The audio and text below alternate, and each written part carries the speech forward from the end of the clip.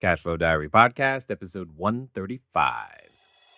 Welcome to yet another exciting episode of the Cashflow Diary Podcast, the podcast that teaches you insider tips, tactics, and strategies for creating leverage streams of cash flow into your life. Learn from top-performing entrepreneurs, business owners, investors, and thought leaders from across the globe as they share their secrets to success. Like what you learn on this and other Cashflow Diary podcast episodes? Go to learninvestingnow.com and sign up to receive powerful tips and information that will help you succeed as an entrepreneur and investor.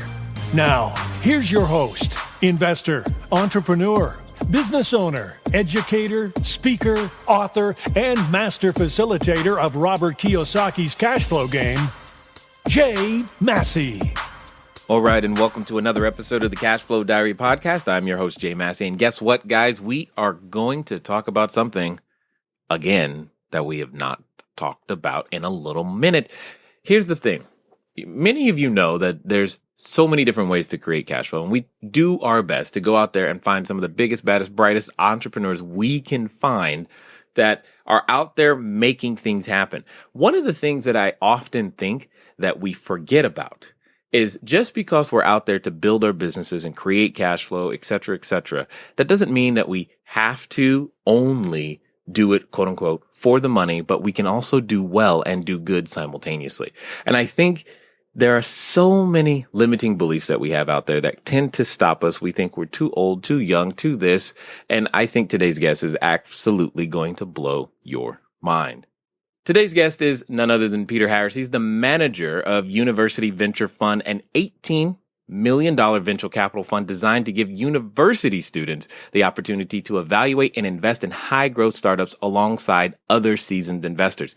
That is one of the best things I have heard in a long time. It's kind of like on-the-job training, but for real at the same time at the university level. I love it. Now, hear this, though. Peter is also passionate about using business as a tool to achieve sustainable poverty alleviation. Now, we're going to unpack what that means, but at the end of the day, it means he likes the idea of doing well and doing good at the same time. And he's been able to do his good work across many different countries, including Africa as well as Latin America. Let's find out about Mr. Peter Harris. Peter, you there? Yep, I'm here. Excellent. Glad that you could make some time to be here today. Now, many people know what my first question is going to be. You probably know. And I just, because I got it, we always have to ask. You know, I look at today's entrepreneurs like yesterday's superheroes, whether that be the Flash or Superman or whoever, Batman that you like. But all of those individuals had a backstory. They had a beginning. They have an origin. Something happened to them, and then they decided to do something about it. What I would love to know is before you were flying around the world, literally, and helping individuals in foreign countries as well as managing a venture fund, who is Peter Harris? That's a good question. So, I mean, you've kind of alluded to the fact that I've got a lot of stuff that I do. I think kind of my background was, I've been highly influenced by my dad. He's a computer engineer by training and worked at Lockheed Martin, a really big defense contractor, and kind of a fairly prestigious job for an engineer. And growing up, I always thought, I want to be an engineer just like my dad. And really, I mean, you talk about superheroes. He was kind of one of my superheroes. And when I was in high school, he actually decided that he didn't really enjoy being an engineer at a large company and decided to go off and start doing some real estate investing. And we got me reading some of Richard Kiyosaki's books and so on and so forth. And so I got really involved with him, and that kind of totally changed my mindset from wanting to be an engineer, which there's nothing wrong with being an engineer. I have a ton of respect for engineers, but to deciding I want to be an entrepreneur and doing a lot of real estate investing with him. And then from there, once I graduated high school, I actually spent a couple of years in Spain and doing a service mission for my church. And while I was there, I would meet a lot of these people that were in pretty bad situations financially. And, I look at my experience doing real estate investing and other entrepreneurial type things with my parents, and then look at these people and think there's got to be a way to use business to kind of solve some of these needs. And so when I got back from Spain, I got involved with a professor at BYU where I was going to school, and that was doing this new business model to alleviate poverty, to address poverty in developing countries, called microfranchising, and it just really resonated with me because, again, I wanted to use my experience of entrepreneurship to help these less people that were in less fortunate situations. So that's kind of how I got involved in kind of some of the doing well by doing good stuff. Well, at the same time, when I was in school, going back to this idea of I wanted to be an entrepreneur, I was in the process of starting a company that was essentially the very same thing as Redbox. And I was in discussions with a guy that owned a ton of Little Caesars franchises. And so I was working hard to build these like boxes and push them out to all these franchise locations. And my thought was, pizza and a movie for $6 would be a cool business. So I was working on that and in talks with him, and Redbox announced that not only had they raised hundreds of millions of dollars in venture funding, but that Utah was going to be their test market. Nice. And I realized at that point that I probably couldn't compete. Yeah, okay. I got you. But you didn't quit.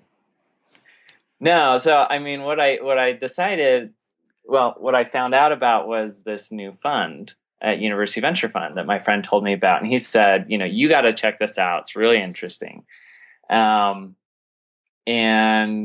so I kind of shut down that other business and kind of refocused my efforts on the new fund, the new opportunity. So I got involved with University Venture Fund as a student when I was at BYU. And the whole program of the University Venture Fund is designed to give students, like you said, this opportunity to make venture capital investments, which, to be frank, is just not an opportunity that most people will ever have, let alone students. And the program is very much designed to be student run. So I got involved right after I came on. We brought on a new managing director, and he and I worked closely to revamp soup to nuts our entire program. So, how do we think about training and recruiting and mentoring students, but also how do we think about sourcing investment opportunities and doing the due diligence and making good investments? And so, I did such a good job there, essentially, and I was having so much fun that when I graduated, he offered me a position to come on as a full-time manager and keep managing the fund. And I've been there ever since. So nice. I love it. One of my favorite things about what it is that we get to do as entrepreneurs is, yes, as you mentioned, we solve problems. And obviously, as a real estate investor, we solve two problems. We provide jobs and housing, but it's not limited to that. It's limited in essence by your imagination, as you were saying. You came up with the idea of a pizza and a movie for $6. You know what? I think there are a number of college students who would probably agree with you for sure. But you got to get to market at the same time.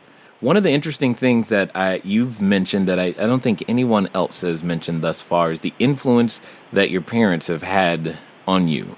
And I guess my question would become, how important, like, for example, do you think that is, that whole environment of how you grew up shaping the idea that this or these things are now possible for you? No, I think it's super important. And I feel very fortunate in that my parents are pretty entrepreneurial. My dad is now the CEO of a nutraceutical company, and my mom, she's an attorney. She left, this big swanky law firm to start her own practice.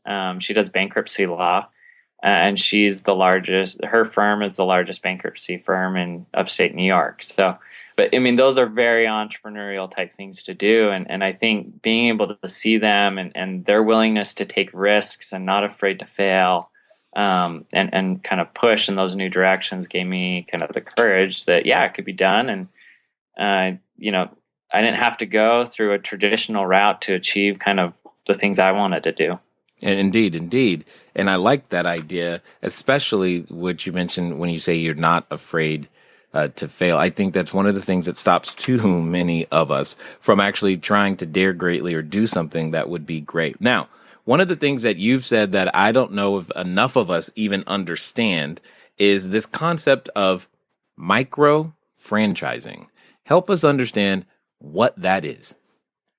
Sure. So micro franchising, I mean, I think most people are familiar with a franchise, right? So franchise, like McDonald's, they've got a really strong brand everybody recognizes. They've got strong marketing and advertising. They have strong systems and training, and even product supply. So when you go to McDonald's, you know exactly what you're going to get. And the value that they provide there really isn't making a really good burger. I mean, I think we can all agree you can get better burgers elsewhere. But the value is that we all know what McDonald's does, what they provide, and we get a very similar, if not exactly the same experience every time we go. So we take all of those same things and we bundle them up into a package designed for an individual living in a developing country or market. So what do I mean by that? So for example, I've worked on helping launch a micro franchise that sells chicken products in Kenya, in Nairobi. And what we did is we went to a large chicken company and worked with them to develop a product that girls in the slums could sell in their area. So they wear a uniform, they have a branded cart, they sell a very specific set of products that's provided by one supplier. They receive quite a bit of training on not only how to sell, but also how to operate their business, how to keep their books, how to allocate resources, those kinds of things. And then we provide additional support and training through management staff that help them out. But at the end of the day, it's their business. So they're responsible to go out and sell, and they capture the profits and the proceeds of their labors, which is kind of works out in this really interesting win-win where the chicken company now has access to this whole new market it never had access to in these slums. And a lot of people might say, well, the slums aren't a really interesting market, but I would disagree. I mean, there's a lot of transactions that happen in these areas, and then there is quite a bit of money flowing there. So it opens up this whole new market for them.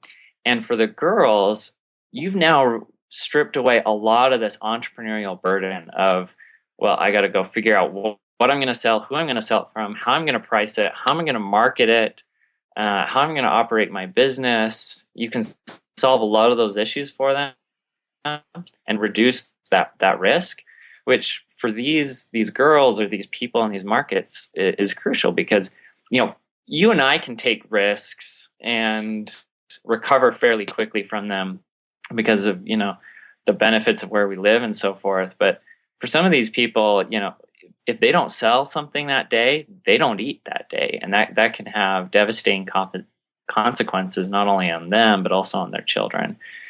So we think it's a really cool model. It's obviously not for everybody, but there is kind of this group of people that could really use the help, and we can really kind of de-risk the challenge of being an entrepreneur in these areas. Right.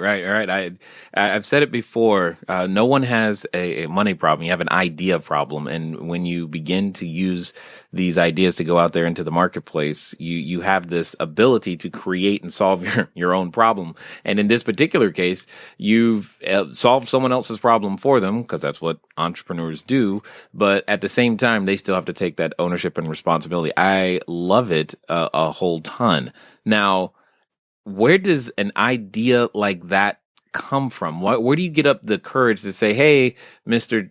Chicken Manufacturer, I need your money and systems and chicken to go do this? How does that even begin to germinate in one's mind? So, our process that we go through is we do a kind of a market assessment. And really, that's just a lot of going and talking to people in the market where we want to be operating and selling. What are their needs? What do they buy? What do they not buy? What do they wish they could buy? Those kinds of things. And we pay a really close attention, not to what they say so much as what they do, right? So you'll meet, we meet with people and they say, oh, I never buy, kind of that nicer end food. And then, we'll walk by their trash can and kind of dig through it a little bit. And sure enough, there's labels and packaging from that kind of food. And so, we can see what they're actually consuming, what they're actually doing. And that gives us a really good insight into different products that could be sold. And then we kind of bundle up all of our research based on what we're seeing. And we go and talk to different companies, larger companies that provide those types of products or services, or that could provide those types of products or services. And the pitch is just, with this chicken company, for example, they had a couple of franchise locations like a McDonald's, and I just went in and talked to the manager and said, hey, I want to talk to your manager, your franchise manager. And he gave me her number, and I called her up and took her to lunch and pitched her on this idea of, hey, look, let's do good by do well by doing good in these slums and open up this whole new market for you. And that tends to really resonate with entrepreneurs, because I think like yourself, they think it's a really cool idea, but they also see that it can be sustainable and drive additional revenue for the company. So a lot of it is going up and kind of forcing your networking.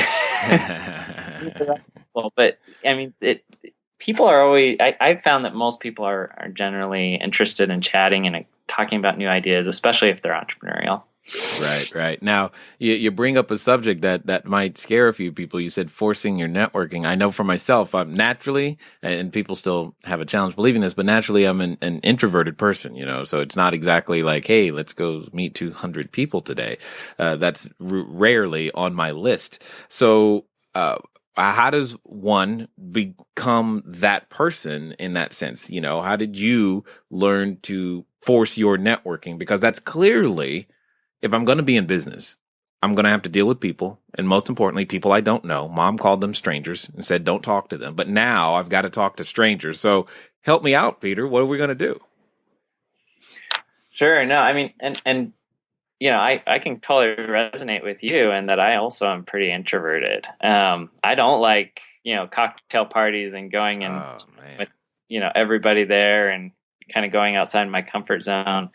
But what I found for me, I think to a certain extent, everybody's got to think about their strengths and what's going to work best for them. For me, I tend to be very strategic in my networking. So, for example, with that chicken company, I knew I wanted to work with them. And I just thought about what are the different ways that I can get in touch with somebody that can work with me and that's a decision maker. And I was fully prepared to go to all of the franchise locations I had to before I got her number. It just so happened that the first one, I kind of walked in and I said, hey, I'm interested in doing business with you guys. Can you put me in touch with your manager? And the guy was more than happy to connect me.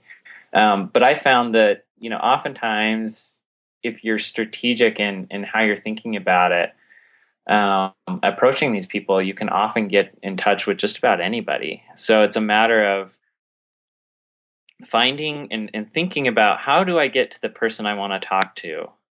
And what value can I add to them? And what value can I add to all the people along the way that I need to work with to get to them? So another example is there was a really interesting company here in Utah that was raising capital that I wanted to invest in. And, I kind of looked through my existing network to find people that were connected to that company. And through 3 different introductions where I just said, hey, I'm really interested in meeting this person. Would you be willing to make an introduction? They helped me eventually network directly to the CEO. we took him to lunch. We pitched him on who we were as an investment firm, and he carved us out a piece of the capital he was raising. And that's to date been one of our top performing investments. So it was a matter of like not just sitting there waiting for the opportunities to come to me, or just taking a token effort of sending him a cold email, but really thinking, okay, if I want to meet with him, I need to have a good introduction from somebody that he cares about. How do I get that person to care, right? And then working step by step to get the right introduction into him.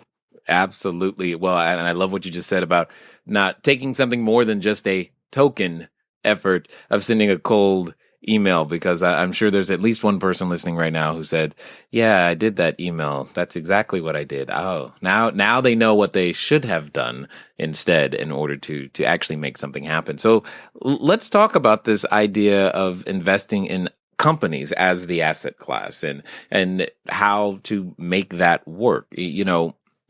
When you're out there, everybody, it seems like, has an idea. I mean, with the proliferation of shows like Shark Tank, right? You've got ideas everywhere. And how on earth do you even begin to go, let's go find a deal? How does that work? So there are a lot of different ways that we approach it. And we're a little unique in that we like to co-invest alongside other investors. So I'll speak a little more broadly in terms of how the kind of typical fund goes after deals. We look at two different things. So one is there's stuff that comes to us, right? And typically the more early you are in your company, right, the smaller it is and everything else, the more active you're going to need to be in terms of meeting people, networking, and trying to raise capital. So there's a lot of kind of inbound stuff that we'll look at. And then there's a lot of outbound work that we do as well. So as the company gets more and more successful, they've got some unique twist on their product or market, or they've got some really great traction, we'll try to pay attention to those types of companies and reach out to them and find ways to meet and hear their story. And for us, we're pretty generalist in our investing. So we look at, pretty much anything we think is interesting in terms of like it's growing or it's got kind of this unique spin on the market. They've got a proprietary product or what have you.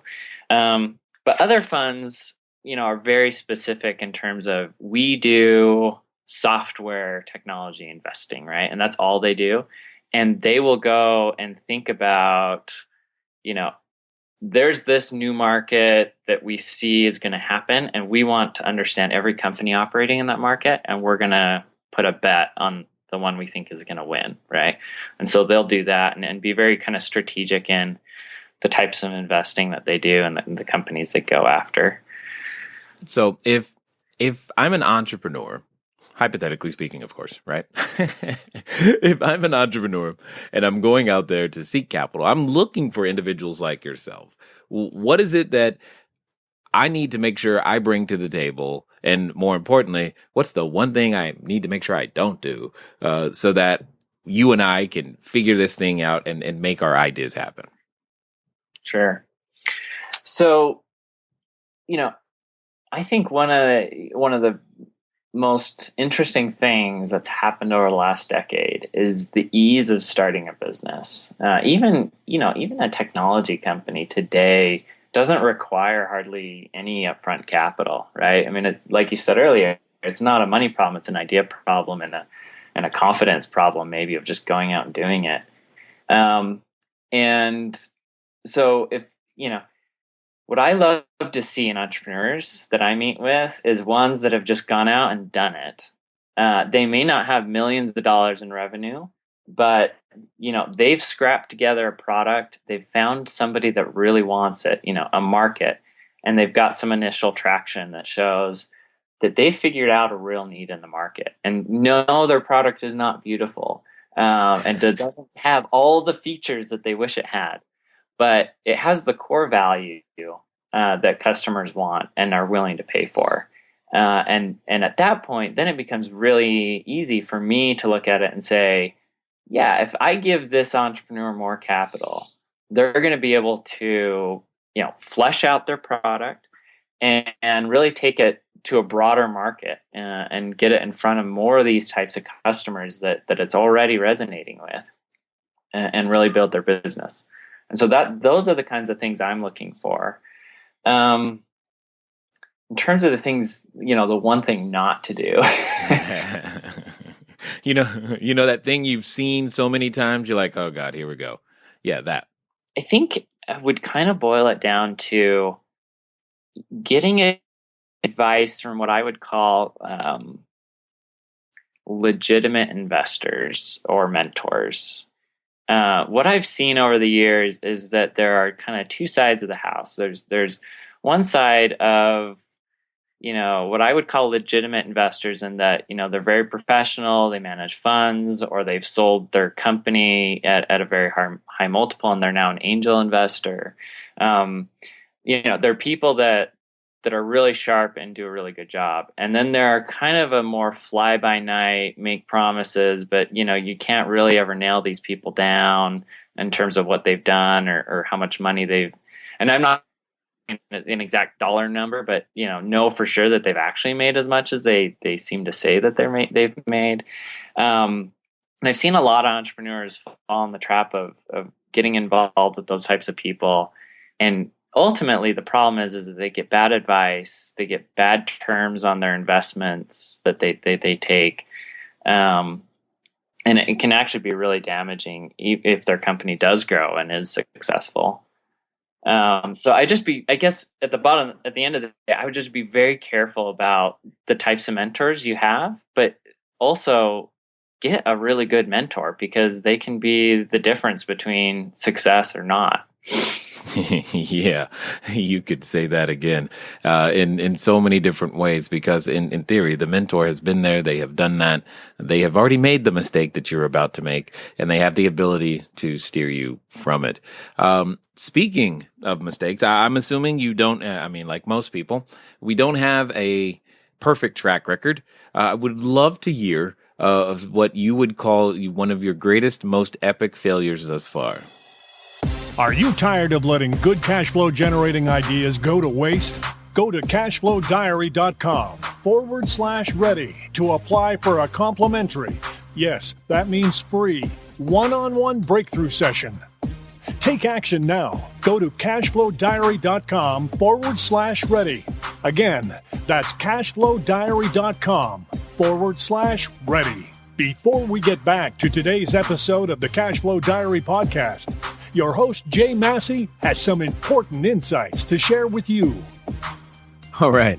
So here's the question. Have you considered yourself like perfect ever? And you understand that I ask these questions of the guests so that you can see that nobody is. Making mistakes is part of the path. That's it. People say they want to avoid failure, then you might as well say you want to avoid success, because the only people I know who are quote unquote successful have failed, and that failure came first before their current apparent success. Just keep that in mind. In fact, before we get over to some of the failings of our guest, if you'd like, you can pick up my failings absolutely free, because we are now, what we're doing is, for those of you listening, you have the ability to go to cashflowdiarybook.com, cashflowdiarybook.com. You can pick up a physical copy of the book. Absolutely nothing. I'll pay for the book. You paid for the shipping, and we'll send it to you again worldwide, wherever you want it to go. We'll put it there. And so that you don't have to wait to begin to consume the information, I'm even going to give you the ebook version as well. So the ebook will get delivered to you immediately. So that way you'll have it. Just go over to cashflowdiarybook.com and we'll kind of go from there. Talk to you soon. Let's get to the rest of it. I would probably say one of my worst investments was one that I made actually when I was in high school, really early on. So I was doing a lot of real estate investing with my parents, and my job was essentially go out and source deals. So I would pull up the tax record, or the tax auction records, and go and hunt down properties that were going to be on the block, the auction block, and evaluate them. And we bought through that process, I found and we bought this old schoolhouse that I thought, and this was a great lesson for me because I just kind of got emotional in the deal. It was this school that had been built in, the early turn of the century. It had a huge bell tower. I mean, this thing was really cool and pretty big. And it had been turned into an apartment, but then it kind of fallen in disrepair. And so it really needed to be remodeled and a lot of work done to it. And we got it for a screaming deal. I mean, I think we paid like maybe $50,000 for it. But I just thought, this is such a cool building. We got to get it, and we got to, do whatever. And it turned out that because I had been so emotional on it, I totally disregarded the fact that there was like no market, like there's a military base nearby that was contracting. The whole thing would have required, had some foundation issues, some structural issues. It was going to cost, at least $100,000 to get it anywhere close to being rentable. And, we ended up selling it at a fairly significant loss. I think we sold it for like $15,000 or something just to get rid of it and move on. But, it's not like a huge, massive loss, but I remember like being so excited and then so devastated when it just kind of fell apart and the mistakes I made there. Well, it brings up an interesting subject. I mean, most of our learning lessons, that's what we'll call them, do. As an entrepreneur, wouldn't that, I'm assuming you've seen that same thing with individuals who have come to you looking for investments or et cetera, where they're in that same situation. They're all emotional about what it is. Their new precious toy that they just created. And most importantly, the size of the market or the fact that it's even viable. Yeah, no, I totally agree. I'm a huge fan of kind of this lean startup methodology. There's a great book called Lean Startup, worth reading. And it doesn't matter if you want to be, it's written for technology entrepreneurs, but it really doesn't matter what kind of entrepreneur you want to be in. The principles apply. And the key principle there is, don't worry about having a perfect product. Just get out and start selling and getting feedback and seeing if people even care. And there's so many ways to do that don't require hardly any money or any money. For example, and it don't even require you to have the product built. And so when I meet with entrepreneurs that are like, hey, check out this great grand idea I have, my first question is, have you gone out and tried to sell it yet? And usually the answer is, well, no, that's why I'm raising capital so I can build it. And then I respond and say, like, look, let's think about all the different ways that you could start selling it and proving that there is a market for this before you ever spend a dime on building it. Because what you don't want to do is spend a ton of money and effort building a product, getting the patents, all that stuff, just to find out that nobody wants it. That would be a major discouragement. Yes. So with that being said, I've got to ask this question. How do you or someone in your position as a manager of a fund feel about sites like Kickstarter? Well, so, honestly, a little confession time here. I am very much addicted to Kickstarter because I see ideas all the time. I don't know if most entrepreneurs realize this, but I would say most VCs, good VCs, venture capitalists, when they meet with an entrepreneur, they've got a lot of respect for the passion and the energy and the ideas that they have. And if I could, I would invest in a lot more deals than I can currently. I invest in maybe 1 to 5 of every 100 deals I see. But if I could, I would probably invest in like 30% of them because I just think what people are doing is really exciting. And Kickstarter for me kind of fills that need where I can see all these cool ideas and I can give them, some money, and it's not a huge deal, and see them grow. But from a traction perspective, which I think is what you're more interested in getting at, I think these sites are phenomenal. You can put your product out, you can explain it to a certain extent. All you need is a very basic prototype to start selling in a video that you throw together, and you can then go out and start pre-selling your opportunity. And it's not all like gadgets, like, the Pebble watch or the coolest cooler. It can be things like, I just connected with this gal that's doing a journal, and it's kind of an organizer, planner journal, helps you map out your goals. And she's raised over $200,000 on Kickstarter for her journal. So I think there are a lot of interesting things you can do, regardless of kind of what type of entrepreneur you want to be, through these different platforms. I think they're super interesting. So here's probably the we'll call it the $18 million question in your case. When I run into a number of people who often say things to me like, I would do this, whatever this is. I would start a business. I would do more real estate. I would do this. I would actually take on my life and begin to live on purpose as opposed to default. But there's no money out there. I can't find the money. I would love to hear what you would say to a person who has that particular frame of mind. So there is always money for ideas and investments that have a chance of returning more capital, right? That have a good chance of doing it. And so your challenge is not necessarily finding the money. The money will find you.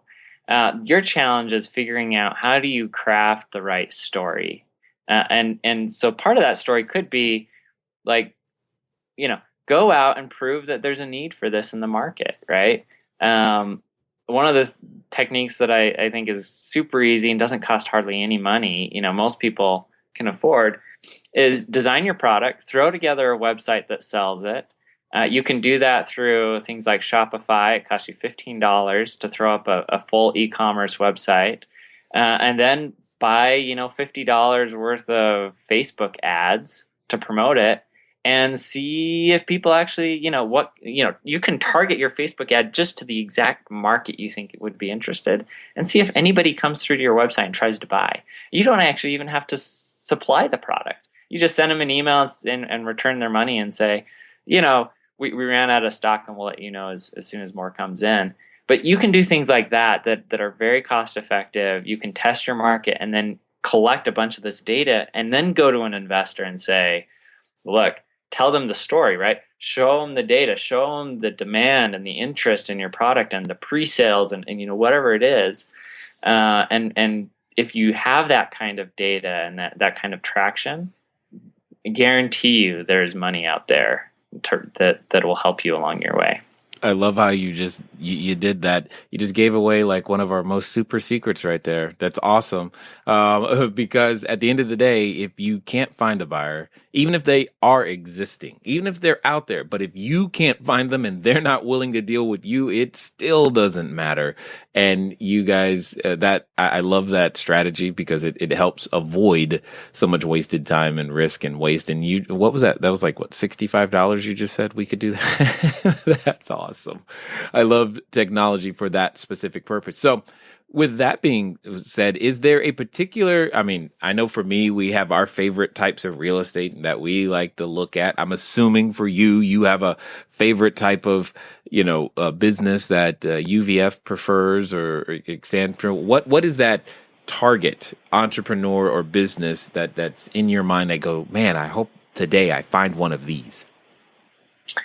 So I'm a big fan of what's called a SaaS business. Oh, okay. It's SaaS, and it stands for Software as a Service. And the basic idea is that instead of selling like a CD with software on it or download, you sell a subscription service to that software. A lot of people are familiar with this with companies like I don't know, like if you had a pro account with Gmail or Skype or, whatever, you're paying a monthly subscription, right, to that software product. Those are the kinds of investments that I get excited about and try to go after and find, because they've got just really good recurring cash flows to them, and they're very predictable, right? So like once somebody is signed up for one of these services, especially, if it requires them to invest a lot into it, as in, they got to upload all of their contacts, or they have to upload their financial information, or whatever it is, they tend to just stick with them. And so you can predict pretty far forward your kind of lifetime value of your customer.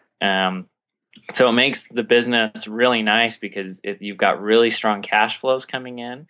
You've got really good predictability in the business, and there's strong incentives to keep growing it and adding more cash flow to the bottom line. So those are the businesses I get most excited about. And you don't have to be venture backed to start a SaaS business. I know lots of SaaS businesses that are small and serve a very interesting niche that do very well.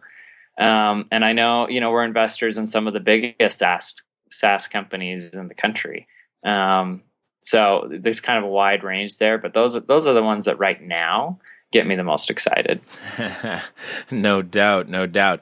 As you were talking, I'm sitting here thinking about how many monthly subscriptions are we paying right now? Yep. I get where he's coming from, because nearly everything we do requires some sort of, that what you just said in terms of being able to test out your product idea with Shopify is an example of exactly what you're talking about. But because it's only $15, of course, it's not that big of a deal to go out there and start testing it. But if you start building that traction, you're not going to suddenly close shop for that. In fact, you're probably going to upgrade to some other bigger plan that they have available, and you're going to be there for quite some time. So I definitely I like that. I like that a lot because I get excited about business and anything that can produce cash flow in various different ways. So here's the question, I guess. What would you, because let's just say that to some, you might, they're thinking, how on earth could I do this, investing thing? How on earth could I even have a shot at this? But yet, you've never said that, despite, and I'm just going to say that you're probably younger than most of your peers. Make sense? So how would many people, how would you address that person who's sitting here saying, well, I'm too young or I'm too old? Because there's probably some of both who are thinking things like that. So, there's so many different ways that you can get involved in investing. It is a little tricky on the private side and private investing side from the perspective of there's a lot of regulations around individuals making investments into privately held companies. But there are also a lot of changes in the laws that are coming that will allow small companies to raise capital from non-accredited investors, if you will. But then there are a lot of different unique ways of getting involved as well. So you can, if you've got a lot of real estate, for example, especially if you've got some commercial real estate, there are ways where you can exchange, rent for equity and get into some of these companies. If you are an accredited investor, I highly recommend checking out places like AngelList, which is angel.co. Where you can invest in early stage tech companies alongside lots of other investors, some of which are very, very good investors. And so you can kind of ride their coattails a little bit. And those are really interesting ways. Other platforms are popping up every day. So there's a really great company called Circle Up, where if you have a consumer products company, you can post on them and on their site and raise capital from investors, but that's also another source of deal flow for individual investors. And And then a lot of it is if you're really passionate about getting involved with startups, I guarantee you in your community, there are a number of events that occur that kind of help build entrepreneurs in that side of the market. And I would just spend time going to them and meeting people and networking and learning about kind of new ideas and finding ways to help and add value. And if you can be identified as somebody that is really helpful, the opportunities will flow to you. And that's kind of what I've found throughout my life is, when I've gone out of my way to try to help somebody else, the benefits tend to come back tenfold. And they may not come back immediately. No, they usually don't. But yes, I hear you. Keep going. But eventually they do. And I would credit most of my accomplishments to some or a series of acts that I made to help somebody or do something or do a really good job on something that ultimately resulted in a new opportunity that I wouldn't have had if I didn't take the initiative to go out and get it done and do it. So this brings up an interesting question. I mean, if I'm looking at these sites and I'm going to these places like Circle Up, etc., and I'm considering these businesses, how on earth do I decide, which one's the good one, which one's the bad one? What's that due diligence process even look like? So that's a great question, and we could probably spend several hours just talking. My quick feedback would be for kind of a new investor.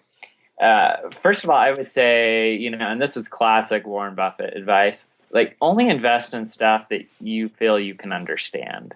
So if it's like this genetics, algorithm, big data, problem-solving company, that may not be a really good fit for you unless you have a PhD in genetics and data analysis, right? So that's the first thing is focus on things that you kind of understand, right? So maybe you've got experience working in an office environment, right? You know the kinds of software that people are going to use in that office environment.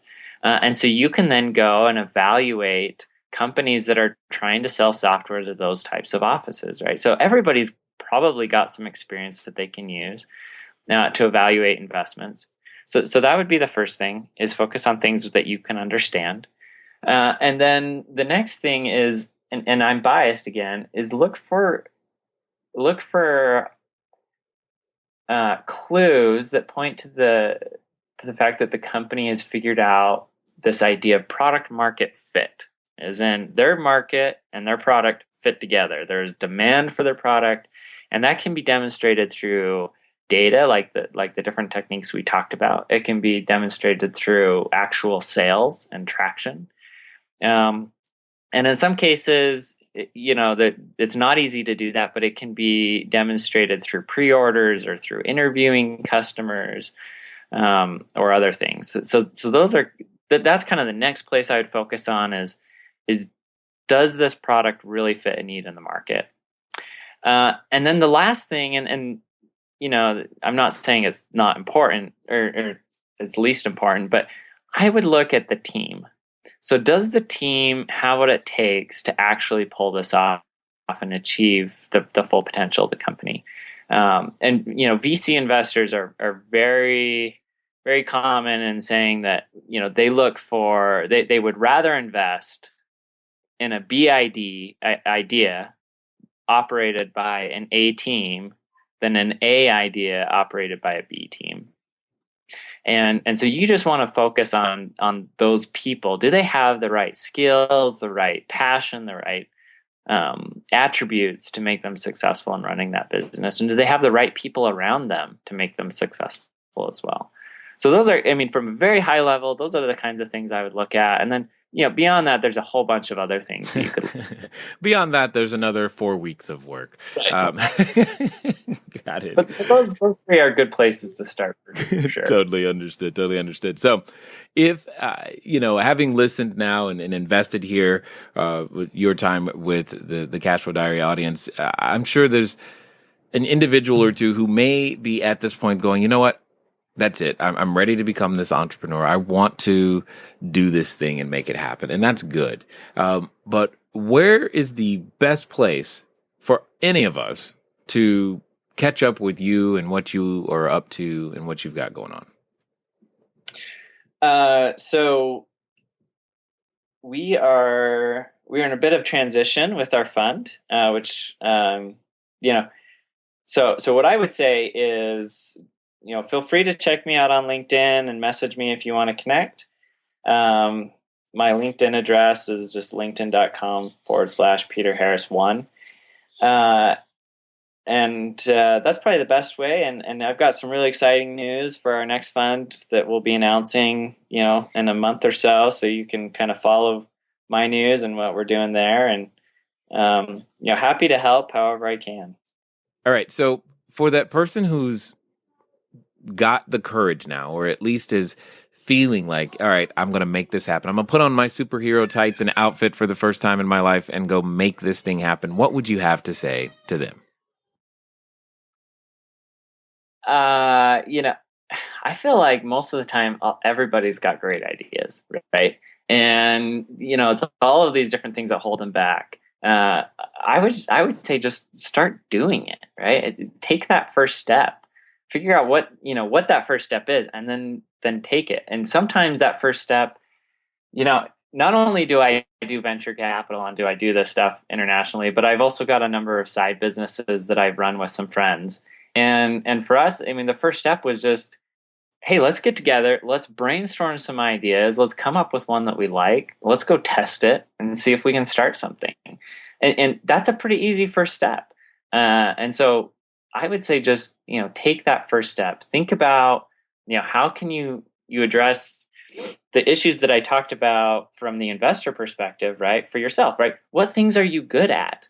What are different ways that you can prove that there's demand for your product? And those ultimately will provide you with that first step, and then just take it, because you really don't have anything to lose by taking that first step, and it can put you on a really interesting path. Yes, the downside is very, very small at that point. That's for sure. Well, Peter, I definitely appreciate you taking the time to invest here with the Cashflow Diary audience. It's been my pleasure. This has been a lot of fun. All right, ladies and gentlemen, you know what time it is. It's time for you to move at the speed of instruction. You have heard many resources, many websites, many books. Maybe that's your next step. You just said it. You just heard it. This is what you're going to do. Your next step. Whatever that next step is, let's go out there and take it. Let's make it happen, because nothing happens until there's a sale. And I look forward to talking to you soon. Until next time.